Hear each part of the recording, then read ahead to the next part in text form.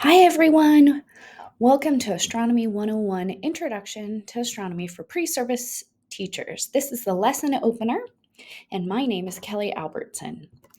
So let's start. What is astronomy? So, astronomy is the scientific study of celestial objects, space, and the universe as a whole. It involves observing and analyzing planets, stars, galaxies, and other cosmic phenomena to understand their properties, origins, and underlying principles governing the behavior and interactions. So here we have two constellations, that is Pisces there on the left and Cancer there on the right.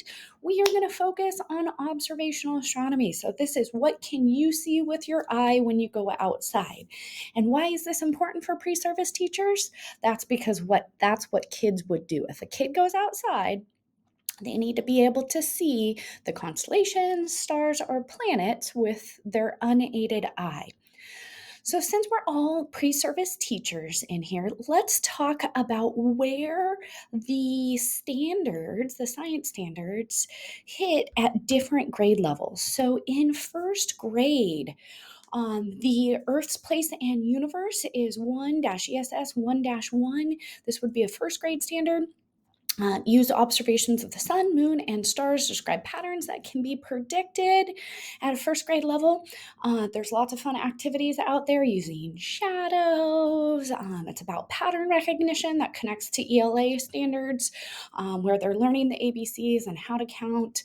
Same thing applies in science. They'll learn pattern recognitions of constellations or the pattern of lunar phases, or just the path of the sun across the sky. It's the same every day. Basic concepts at first grade. Next, astronomy hits at fifth grade. So Earth's place in the universe, 5 ESS. 1, and so we have two standards here.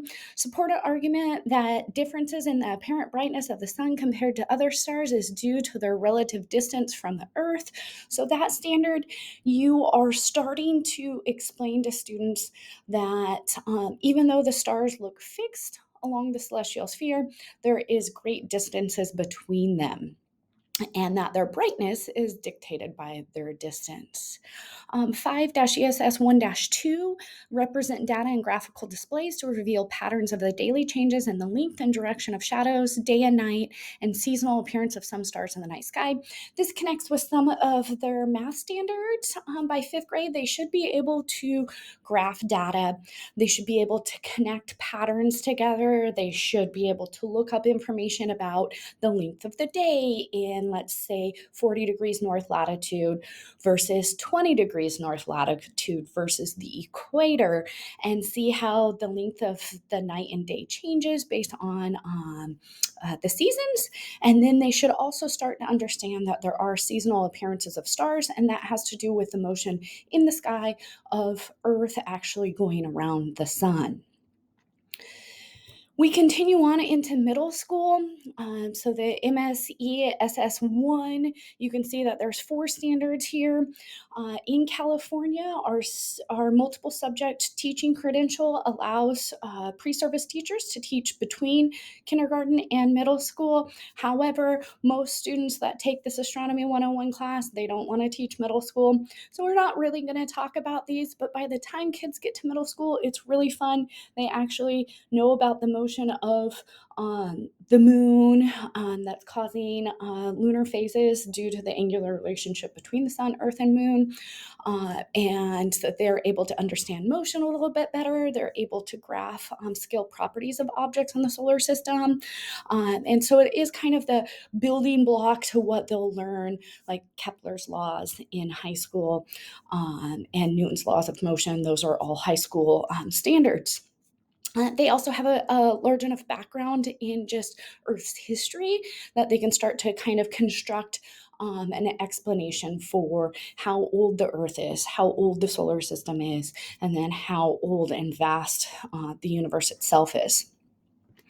So let's get started here. For astronomy, you need some basic terms. So we need to know what the celestial sphere is, the ecliptic, and the celestial equator. And then we need to know about equatorial coordinates. So the celestial sphere is just that imaginary sphere where stars are located. The ecliptic is the apparent path of the sun across the sky. And then the celestial equator is just Earth's equator projected out onto that celestial sphere. And it gives us a frame of reference for our equatorial coordinates. So in the sky, just like latitude and longitude on Earth maps, we use a system called declination and right ascension, and that helps us locate objects in the sky. That's what's programmed into all of those big telescopes and allows the telescope to move to find a specific object. We need to continue with some basic terms. This is for observational astronomy. So the horizon, the zenith, the meridian, altitude, constellations, circumpolar constellations, and then asterisms. Horizon, straightforward. That's just the line where the Earth meets the sky. Zenith, point directly overhead. The meridian, this is the line that slices the sky in half, and it goes from north to south. So you have in your east, everything is rising. In your west, everything is setting. Altitude, just how far up in the sky is a star. Constellations, that one seems straightforward. That's just a group of stars that are connected by dashed lines on star charts, and there's 88 of them that are recognized. Circumpolar constellations, these are constellations that never set for a designated location. So if we are using the example of 40 degrees north, that means that anything that is within 40 degrees around Polaris will never set below our horizon line. So we have 5 of constellations that never set, and those 5 constellations you can see any time of the year, any season, and any time of the night. And then here's the fun one, an asterism. This is a group of stars within a single constellation or a group of stars within several constellations. They are generally the brightest constellations, and they form common shapes. So you may have heard of the house, the kite, the W. Those are all asterisms. The big one here is the Big Dipper. The Big Dipper is not a constellation. It is an asterism. It is part of the constellation Ursa Major, which is the Big Bear. The Big Dipper makes up part of its stomach and the tail. So there is your winning question for Jeopardy. The Big Dipper is not a constellation. All right, why don't you go ahead and watch my video on the celestial sphere found on my YouTube channel.